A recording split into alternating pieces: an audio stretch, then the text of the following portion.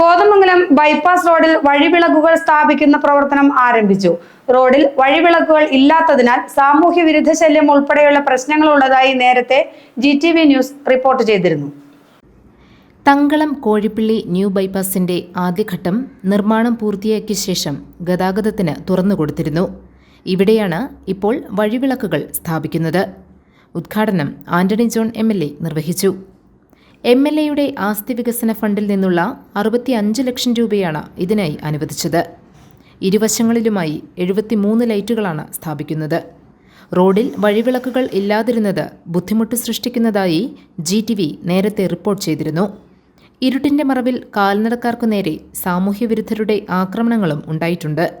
പരിസരവാസികളും വിവിധ ബുദ്ധിമുട്ടുകൾ അനുഭവിച്ചിരുന്നു.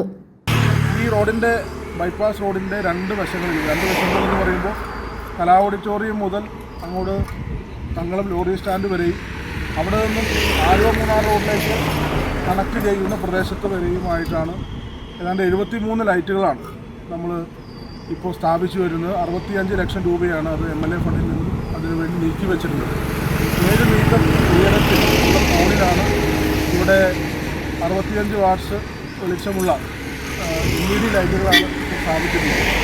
വളരെ വേഗതയിൽ തന്നെ അതിൻ്റെ ലൈറ്റ് സ്ഥാപിക്കുന്ന പ്രവൃത്തികൾ പൂർത്തീകരിച്ച് തൊട്ടടുത്ത ദിവസം തന്നെ ഇത് നമുക്ക് കണക്ഷൻ ഉൾപ്പെടെ ലഭ്യമാക്കിക്കൊണ്ട് രാത്രി കാലങ്ങളിൽ ഇവിടെ ജനങ്ങൾക്ക് സുഖകരമായി യാത്ര ചെയ്യാൻ കഴിയുന്ന ഒരു സൗകര്യം ഒരുക്കാൻ തന്നെയാണ് തീരുമാനിച്ചിട്ടുള്ളത്. GTV news Kothamangalam.